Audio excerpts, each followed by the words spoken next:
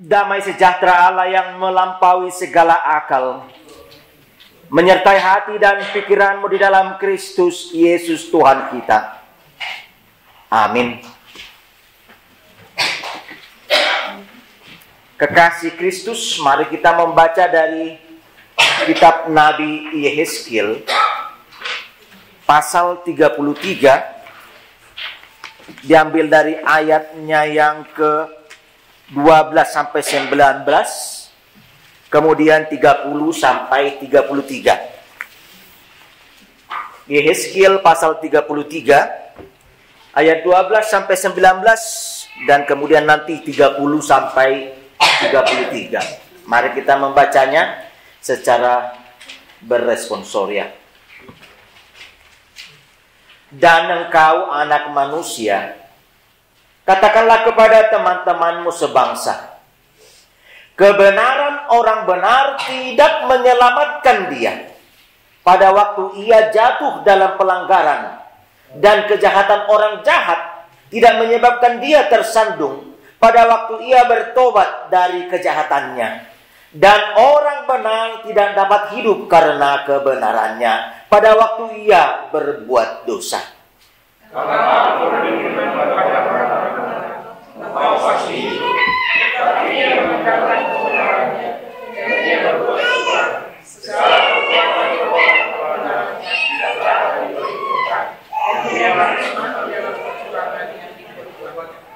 Kalau aku berfirman kepada orang jahat, engkau pasti mati, tetapi ia bertobat dari dosanya serta melakukan keadilan dan kebenaran,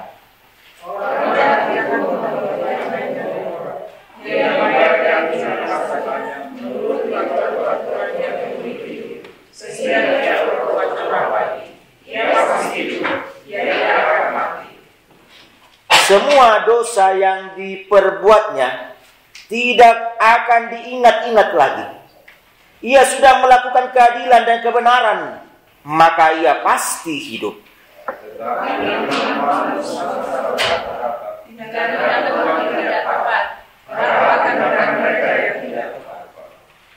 Jikalau orang benar berbalik dari kebenarannya dan melakukan kecurangan, ia harus mati karena itu.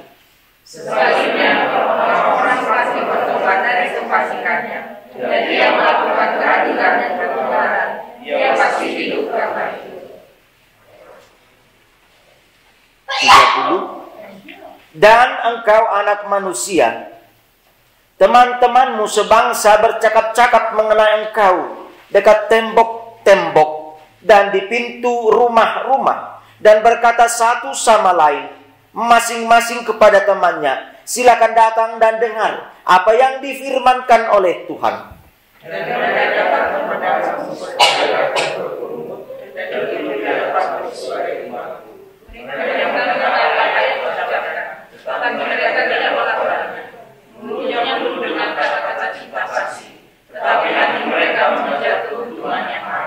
Sungguh, engkau bagi mereka seperti seorang yang melagukan syair cinta kasih dengan suara yang merdu dan yang pandai main kecapi.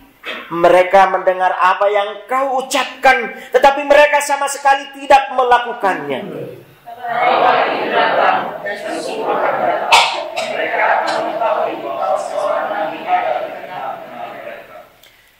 Demikian firman Tuhan.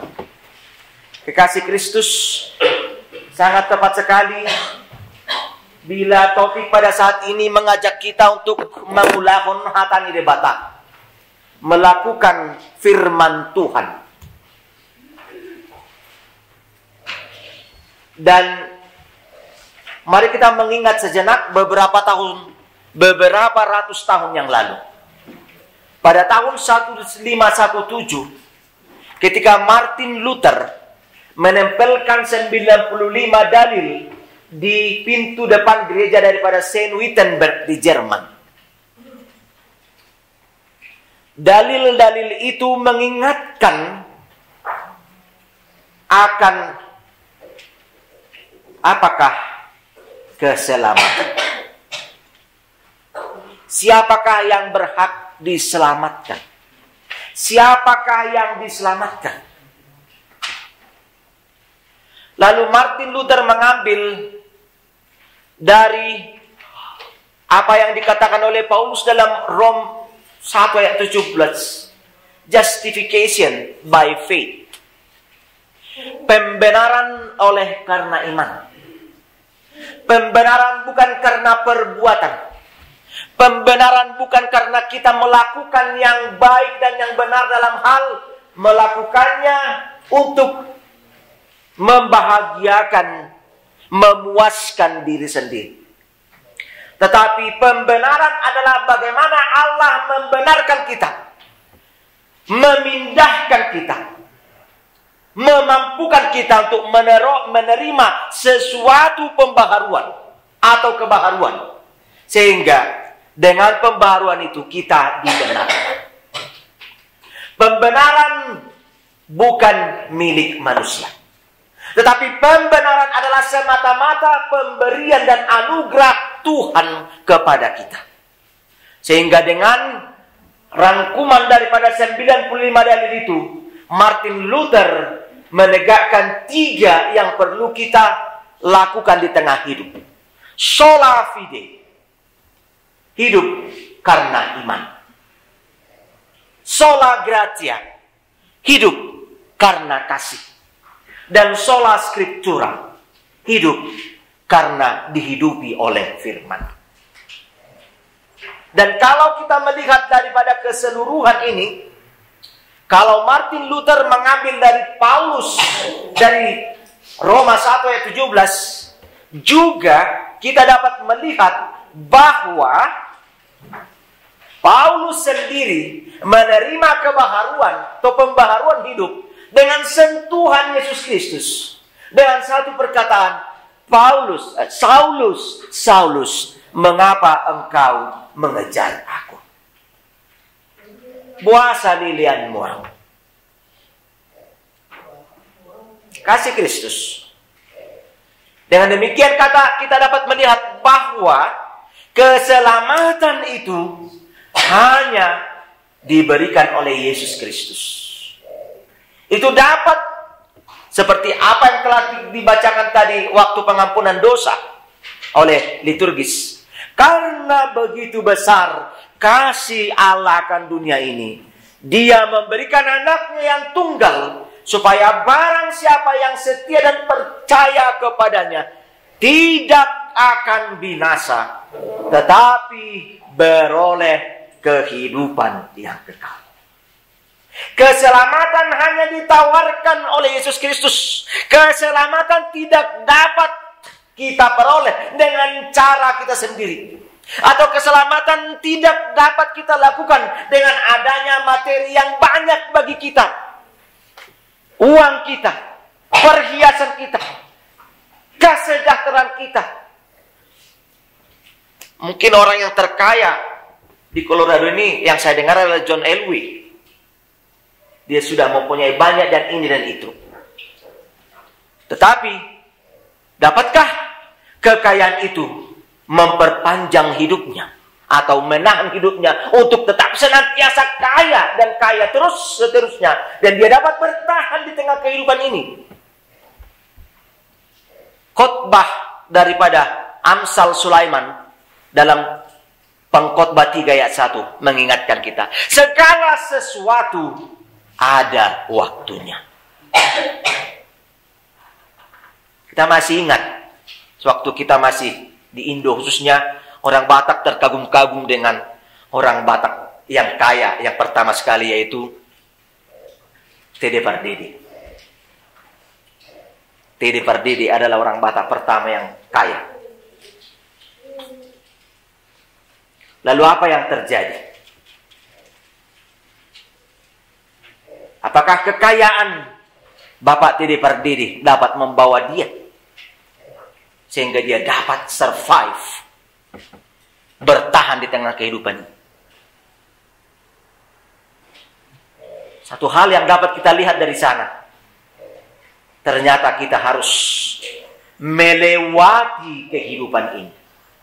Kita tidak tinggal. Kalau Paulus mengatakan bahwa kita adalah pendatang, kita adalah kafilah di tengah kehidupan ini, berjalan kepada sesuatu tujuan yang pasti.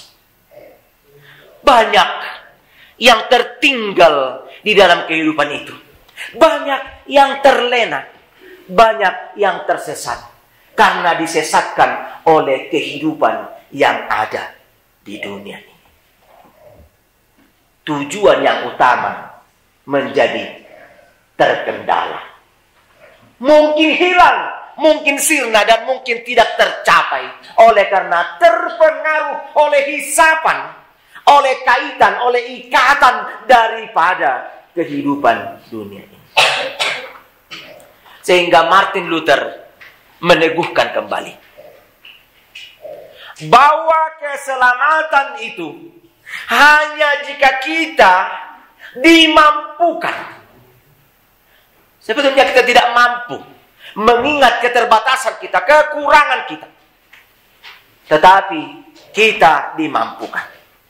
Justification by faith. Pembenaran oleh iman. Dengan demikian kini, dang pola alani dosam ubaina sudat bangun. Kalau engkau mempunyai beban yang membuat kita masuk ke dalam perangkap dosa, firman Tuhan pada saat ini mengingatkan kita, jangan dosa menjadi penghambat kita untuk memasuki kerajaan surga. Inilah yang dapat kita baca tadi. Apa yang dikatakan oleh Yehezkiel pada pasal 33 dari mulai ayat 12 sampai 19. Secara khusus meneguhkan kita. Mengingatkan kita. Kendati kita mempunyai kemampuan.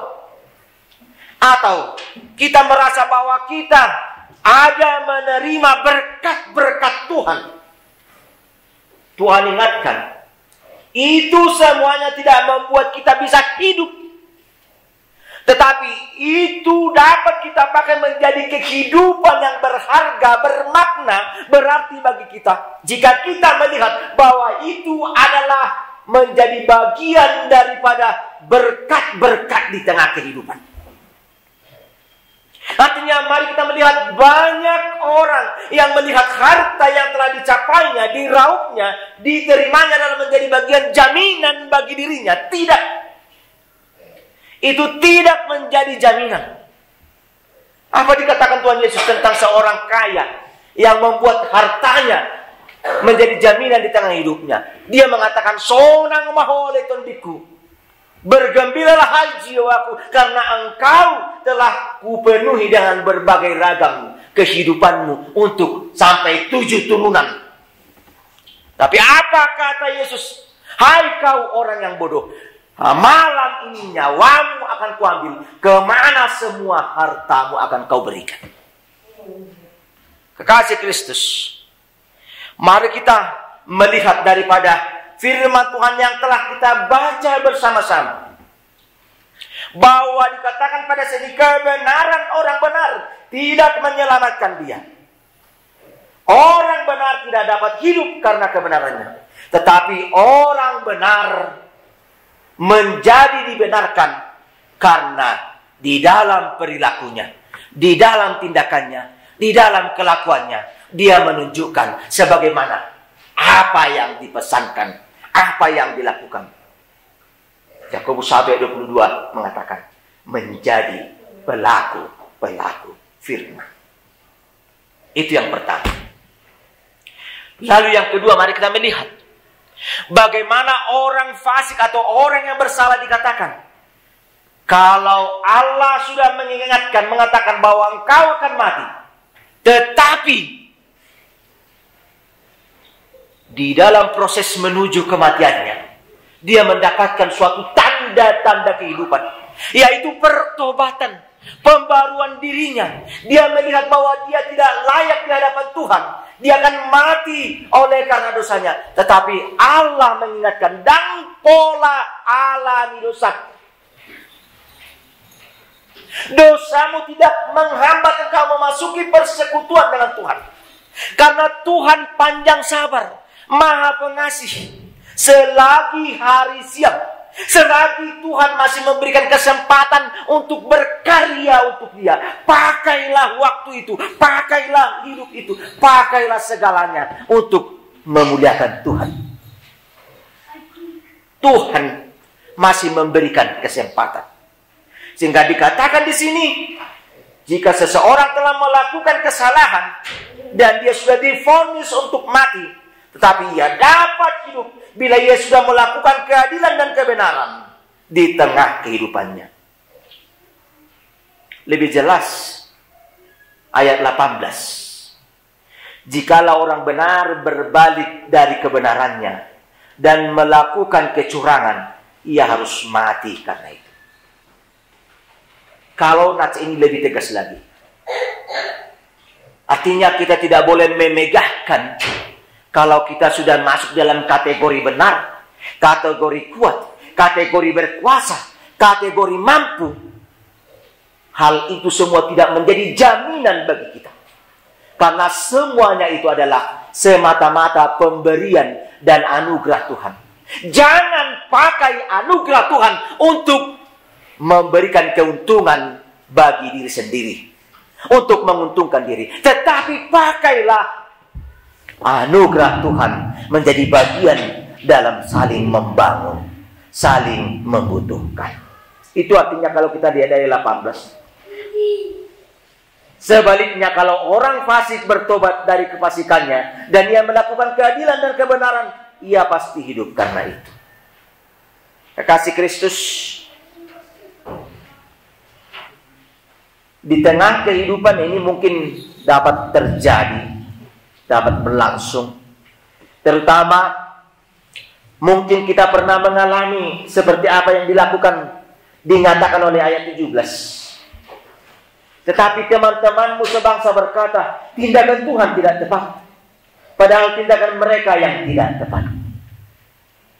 Apakah kita pernah menghakimi Tuhan dan bahkan menghukum Tuhan dengan mengatakan seperti apa yang dikatakan orang-orang ini, tindakan Tuhan tidak tepat?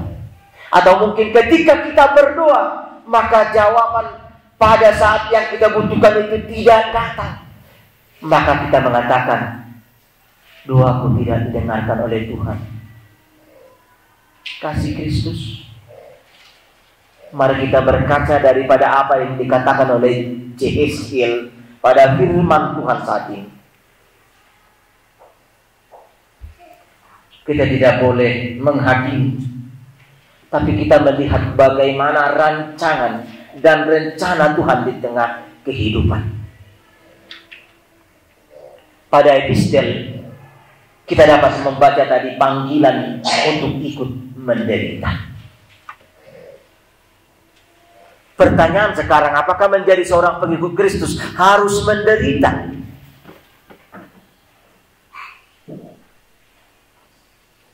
Apakah kita harus menderita karena harus mengikut Kristus? Banyak orang yang sudah meninggalkan Kristus karena tidak tahan menderita. Banyak yang meninggalkan Kristus karena tidak dapat menahan seleranya. Banyak orang meninggalkan Kristus karena sudah tidak dapat mengendalikan emosinya. Artinya meninggalkan Kristus, mari kita lihat dari segi perspektif, bukan hanya membaca firman Tuhan, tetapi di tengah persekutuan. Banyak orang meninggalkan persekutuan karena tidak sesuai dengan seleranya, dirinya, pikirannya. Panggilan untuk mengikut Kristus mengingatkan kita, sangkali diri. Artinya mari kita melihat bahwa menyangkali diri itu melihat bukan kehendakku ya Tuhan, tetapi kehendakmu yang jadi. Bukan keinginanku ya Tuhan, keinginanmu, rancanganmu lah yang jadi. Tetapi ayat 17 ini sering sekali dipakai untuk menyalahkan Tuhan ketika sesuatu keinginan dan rencana dan kemauannya tidak dapat dilaksanakan. Banyak orang yang keluar dari persekutuan hanya karena sesuatu yang tidak dapat dinikmatinya. Padahal firman Tuhan pada saat ini mengingatkan, menikmati bersama dengan Kristus adalah menikmati suka dan duka. Dengan tujuan tadi dikatakan dalam episode itu, jadilah kuat. Ada 3 kriteria yang diberikan oleh Paulus kepada Timotius dalam penderitaan. Artinya mari kita melihat bahwa penderitaan itu bukan hanya sebatas didera, disakiti.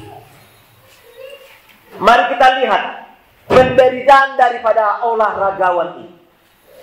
Pada ayat berapa tadi? Tetapi dikatakan olahragawan itu bertanding.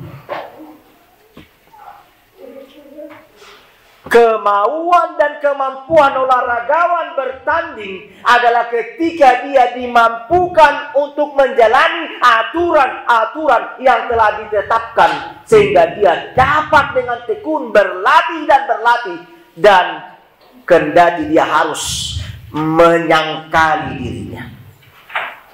Bayangkan seorang olahragawan harus bangun jam 5, jam 6 pagi, sementara di situ paling enak untuk tidur. Bayangkan seorang olahragawan tidak boleh memakan makanan-makanan yang berlemak, sementara lemak-lemak tersebutlah yang paling enak, apalagi sudah dicium wangi daripada lemaknya itu. Bayangkan seorang olahragawan dilarang untuk merokok dan meminum alkohol, sementara dengan merokok ada pendapat orang datangnya ilham dan inspirasi. Dengan meminum minuman alkohol, maka semuanya akan menjadi tenang semua, tidak ada yang berbuntul-buntul. Semuanya akan menjadi rata. Olahragawan dilarang untuk itu. Mungkin begitu banyak lagi aturan-aturan. Mungkin olahragawan dikatakan tidak boleh menerima tamu lebih dari jam 10. Sementara lewat jam 10 bagi muda-mudi mungkin itu lebih asik lagi. Peraturan-peraturan harus dilakukan olahragawan. Inilah yang disebut dengan menyangkal diri. Dan kemauan dan kemampuan dia untuk mendapatkan nilai daripada peraturan-peraturan itu di dalam melakukannya, itulah untuk mengikut Kristus. Dengan menyangkali diri, mengikut Kristus dengan berbagai ragam peraturan-peraturan yang ditekuninya. Bagaimana mungkin Jesse Owens atau pelari-pelari yang lain dapat menghasilkan sesuatu pekerjaan yang luar biasa? Kita boleh mengatakan mujizat kalau dia dapat berlari dengan 100 meter hanya 9,0 sekian detik. Artinya dia sudah hampir menyamai dirinya seperti panah yang dilemparkan.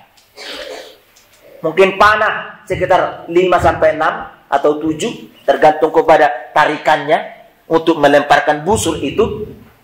Demikian manusia yang berprestasi itu dimampukan untuk mendapatkan mukjizat. Mukjizat itu mukjizat. Kalau seorang pelari Ben Johnson atau siapa saja dapat mencapai 9, dan mungkin saya tidak tahu apakah sudah ada yang mencapai 8, sekian, tapi itu mukjizat. Yang mau kita lihat dari olahragawan ini, ternyata dia bisa bertanding karena peraturan itu ditepatinya. Dan yang ketiga, mahkota dicapainya. Kekasih Kristus, inginkah engkau memiliki mahkota itu? Atau sudah adakah mahkota itu sekarang di dalam pemikiran benakmu? Sudah adakah engkau rancang untuk mendapatkan mahkota itu? Mungkin mahkota paycheck sudah kita dapati. Mungkin mahkota memiliki rumah sudah kita dapati. memiliki mobil, memiliki perhiasan, memiliki kenikmatan, keindahan di mana kita hidup dan berkarya sudah kita nikmati. Tetapi mahkota keselamatan, apakah sudah kita miliki? Rasul Paulus meneguhkan kita, sebagaimana dia mengingatkan Timotius, aku sudah berlari dan aku sudah memenangkan perjuangan itu, dan akan diberikan kepadaku mahkota kehidupan. Wahyu 3:11. Saya menuju mau rasi rasa mati dumi demonok kumatuho tumpal hauluan. Wahyu 2:10 ya. Hendaklah engkau setia sampai mati, maka aku akan memberikan kepadamu mahkota kehidupan. Firman Tuhan ini meneguhkan kita, mengingatkan kita, apapun penghambat engkau datang kepada persekutuan kepada Tuhan. Apakah temanmu? Apakah temanmu di tengah persekutuan di kerjamu? Apakah suami atau istri atau anak kadangkala menjadi penghambat untuk masuk ke dalam persekutuan dengan Tuhan? Atau mungkin ada seteru Tuhan mengatakan pada saat ini, no problem. Mungkin kita mengalami sebagian dengan masalah izin tinggal yang senantiasa kita pergumulkan. Lalu kita bertanya, Tuhan, kapankah? Tapi firman Tuhan meneguhkan kita pada saat ini. Kalaulah kita di dalam kekurangan, di dalam keterbatasan dan kelemahan, kita senantiasa diajak berserah, berkarya, berdoa. Tuhan akan memberikan yang terbaik dan menjadi indah pada waktu. Tiada yang mustahil bagi Tuhan. Mungkin kalau kita melihat, mengalami berbagai ragam hambatan yang kita hadapi, kalau kita perbandingkan dengan apa yang terjadi di tengah orang-orang percaya di dalam Alkitab ini, apa yang kita alami, apa yang kita pergumulkan ini belum seberapa. Kalau kita mengambil peristiwa-peristiwa yang terjadi di tengah Alkitab ini, tokoh-tokoh Alkitab yang memunculkan berbagai ragam pemberontakan, dosa, dan bahkan mengancam kepada kematian. Tetapi ternyata Allah memampukan dia ketika dia datang dan berserah kepada Tuhan.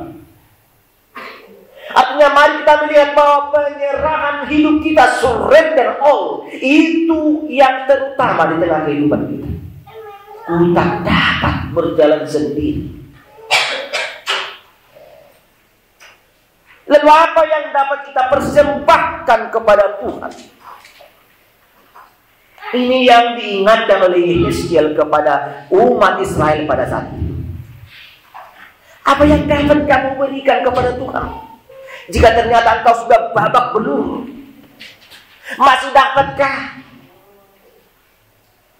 Seperti yang sering kita katakan, nasi sudah jadi bubur. Kalau memang sudah jadi bubur, apakah bubur tidak berguna lagi?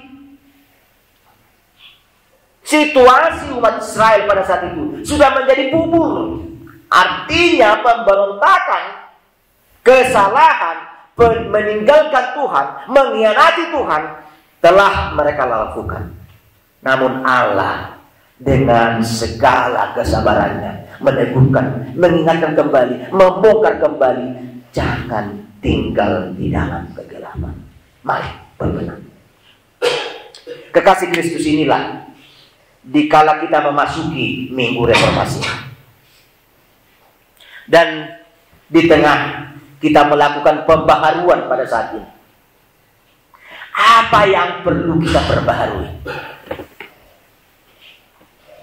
Mungkin Peralatan-peralatan di tengah gereja kita perlu kita perbarui, betul. Mungkin aturan-aturan yang perlu kita lengkapi, betul. Mungkin disiplin-disiplin yang perlu kita benahi supaya kita semakin baharu, betul. Tetapi pembaharuan yang utama adalah kemampuan kita untuk menjadi sehati sepikir. Ini yang terjadi pada ayat yang berikutnya dalam ayat 30 sampai 33. Karena Yehezkiel dan umat itu seolah-olah sehati sepikir, tetapi ternyata satu ke utara, satu ke selatan. Mereka rajin datang ke gereja. Mereka rajin datang kepada persekutuan. Mereka suka memperbincangkan firman Tuhan. Tetapi firman itu tidak melekat di dalam hatinya. Firman itu tidak menjadi kebutuhan. Firman itu tidak menjadi daging. Firman itu hanya sebatas masuk kiri, keluar kanan. Itu yang terjadi. Sehingga Allah menegur umat itu melalui Yehezkiel. Bahkan dikatakan di sini, seolah-olah Yehezkiel itu hanya sebagai pemain sandiwara saja. Seolah-olah Yehezkiel itu hanya seorang penghibur saja. Atau lebih tajam lagi artinya, seolah-olah firman Tuhan itu hanya sebatas penghibur saja. Kekasih Kristus, Rasul Paulus kepada Timotius mengingatkan pada surat Timotius, karena dikatakan, awasilah diri dan awasilah ajaran. Karena pada akhir-akhir ini akan ada ajaran-ajaran sesat yang dan juga termasuk pembawa-pembawa berita sesat yang hanya pagyo-gyokon pinggol, artinya hanya menyenang-nyenangkan hati. Dan tidak heran lagi sekarang, ini mungkin sudah bisa terjadi, sudah ada pemberitaan atau ibadah online, ibadah yang hanya dapat buka, lihat mana yang cocok untuk kebutuhan kita. Karena sekarang dengan semakin majunya, canggihnya peralatan, apa yang kau butuhkan? Pasona korohan, cari Alkitab dan juga cari penjelasannya. Dapat kita terima di online. Dan tidak itu saja, sudah ada ibadah drive-thru. Mau apa? Mau cerita? Mau sejarah, mau kebahagiaan, tinggal order saja. Ya, saya menginginkan satu tempat perjamuan kudus yang kecil, yang mangkok yang kecil, lalu satu roti, kemudian firman Tuhan yang diambil daripada Mazmur 23 ayat 1 dengan lengkap dengan penjelasannya, dan tolong masukkan nyanyian-nyanyian yang mendukung, kemudian masukkan ke CD, lalu kemudian kita terima. Ibadah online. Tapi melalui firman Tuhan pada saat ini kita lihat, apakah ibadah yang benar itu? Apakah ibadah hanya untuk menyenangkan diri sendiri? Kalau Yakobus sampai 22 dan seterusnya mengingatkan kita, ibadah yang benar adalah ketika kita menjadi pelaku daripada firman itu, melakukan seturut dengan apa yang Tuhan inginkan, apa yang Tuhan kehendaki di tengah kehidupan kita. Inilah reformasi. Inilah pembaharuan yang juga ditawarkan pada kita saat ini. Ditawarkan setelah kita mengalami banyak kemelut. Tuhan mengetahui kemelut kita, dan Tuhan mengetahui apa yang terjadi dalam diri kita. Mungkin ada yang luka, mungkin ada yang kecewa, mungkin ada yang bersedih, mungkin ada yang skeptis. Tetapi epistel tadi mengatakan, jadilah kuat. Jangan menjadi jemaat Korintus yang setelah adanya kekerasan atau adanya permasalahan sehingga dia surut. Tetapi firman Tuhan pada saat ini mengatakan, jadilah kuat. Kita terpanggil untuk menjadi suatu bangsa Tuhan, umat Tuhan, yang mau diberikan lagi pembaharuan, yang mau dicerahkan, yang mau lagi dimampukan untuk menjadi sesuatu yang berani tampil beda. Kita bukan mengikut dunia ini, kita bukan mengikut cara-cara dunia ini, tetapi kita mau terpanggil untuk menjadi alat Tuhan. Banyak masih kegelapan informasi, kegelapan status, kegelapan berbagai ragam hati. Firman Tuhan mengajar kita. Kita bernyanyi 2 atau 3 minggu yang lalu di nama Murusan Domulur. Bain mau paritian. Bain mau paritianmu.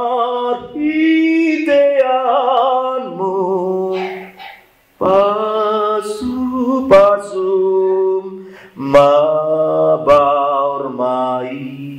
Kekasih Kristus, mari kita melalui minggu reformasi pada saat ini, dan juga reformasi daripada Yehezkiel kepada umatnya.